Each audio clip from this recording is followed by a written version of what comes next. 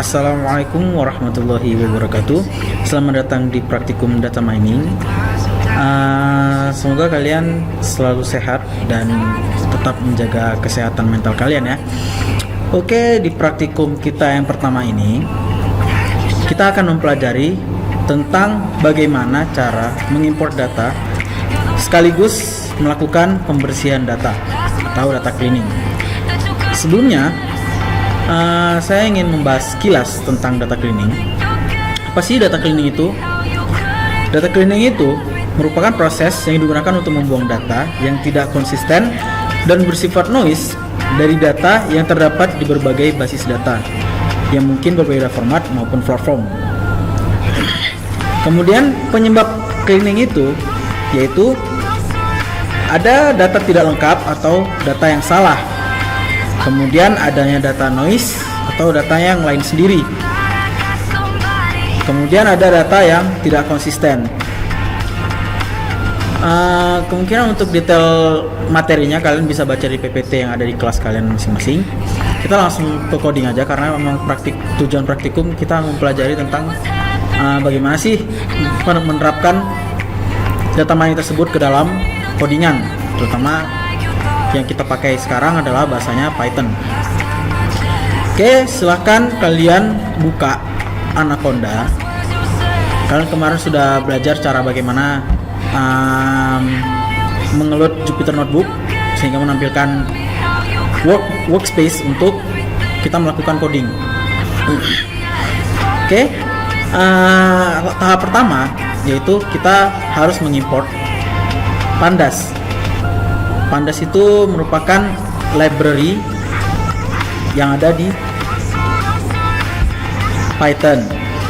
Nah, kemudian untuk mengeload file data CSV berformat CSV, kita menggunakan pd-read. PD ini diambil dari library yang Pandas ini, karena kita import Pandas as PD. Jadi kita PD itu sebagai variabel dari Pandas tersebut. Nah, kemudian read CSV. Nah, jangan lupa untuk ada R titik atas 1.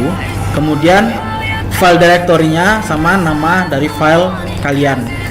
Nah, kemudian fungsi df di sini itu untuk memanggil variabelnya yang kita deklarasikan di atas tadi. Nah, ini perlu perhatikan, saya memakai Python 2. Jadi kalau misalnya kalian memakai Python 3, biasanya menggunakan print.df seperti ini. Cuma kalau misalnya di Python 2, kita hanya panggil df-nya saja, dia akan mengeluarkan output variabel tersebut.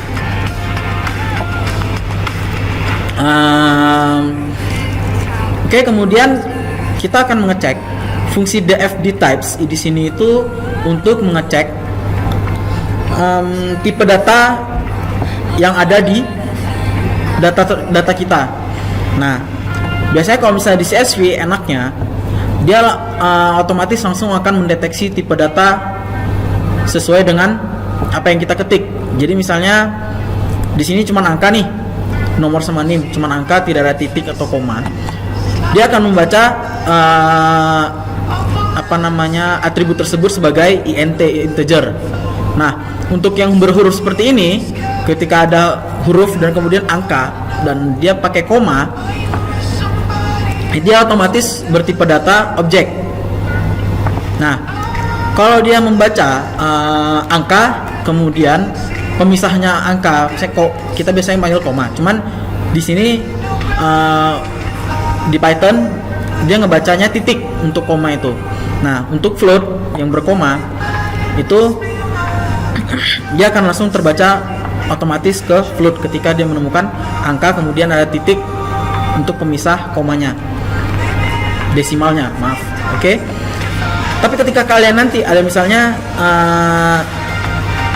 nilai IPK, kalian misalnya ada satu yang 2,13 misalnya. Nah, secara otomatis nanti terbacanya tipe data yang di sini bukan sebagai float, melainkan sebagai objek. Oke. Itu keenakan kalau misalnya kelebihannya kalau misalnya kalian memakai tipe file data CSV untuk mengeload datanya.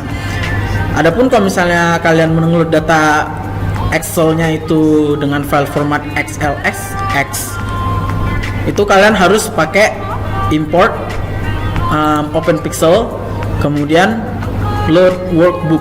Nanti kalian bisa googling sendiri. Nah, untuk saat ini kita pakainya yang CSV. Kekurangan dari XLSX, ketika kalian mengecek tipe data ini, dia secara otomatis langsung membuat seluruh atribut yang ada di data kalian menjadi tipe datanya menjadi objek. Jadi dia nggak bisa ngebaca koma, titik, angka dan sebagainya. Itu kekurangan dari XLSX. Oke.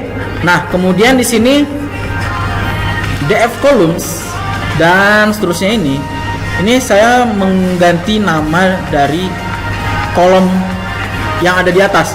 Karena kalau misalnya kita pakai tempat dan tanggal lahir, fakultas, kemudian ada garis miring, keterampilan, bahkan ada tahun sampai ada spasi masuk, nanti ketika kalian masukkan variabel tersebut dipakai di bawah untuk diproses, itu tidak akan terbaca.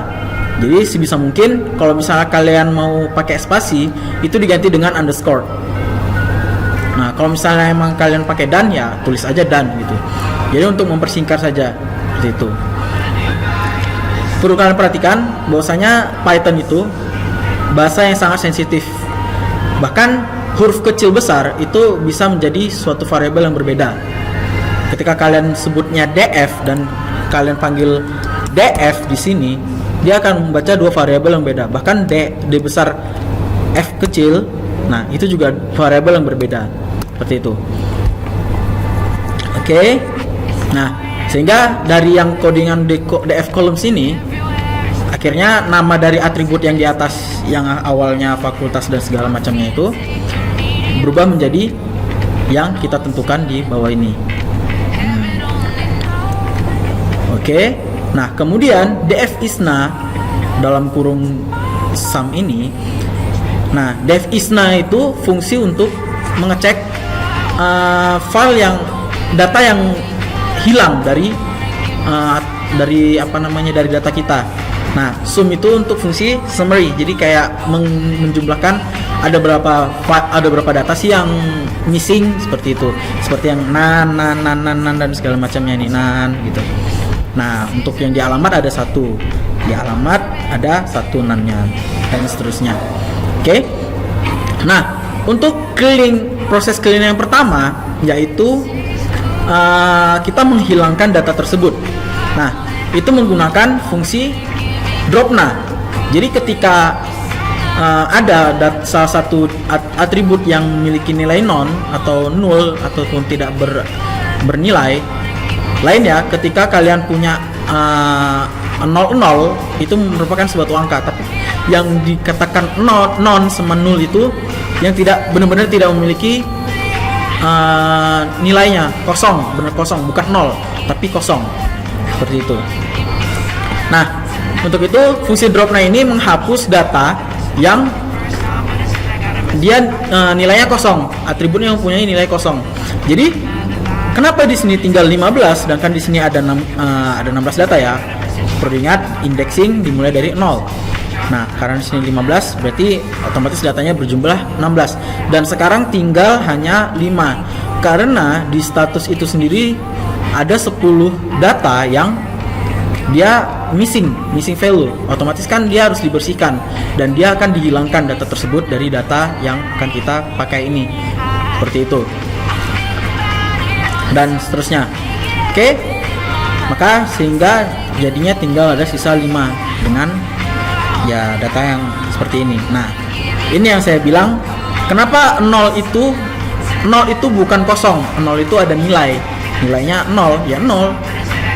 Beda dengan kosong itu sama sekali tidak ada nilainya ya. Kemudian untuk yang kedua, proses yang kedua yaitu ada namanya pembersihan data dengan mengisi nilai rata-rata dari atribut tersebut. Nah, di contoh kasus ini saya memberikan contoh min IPK,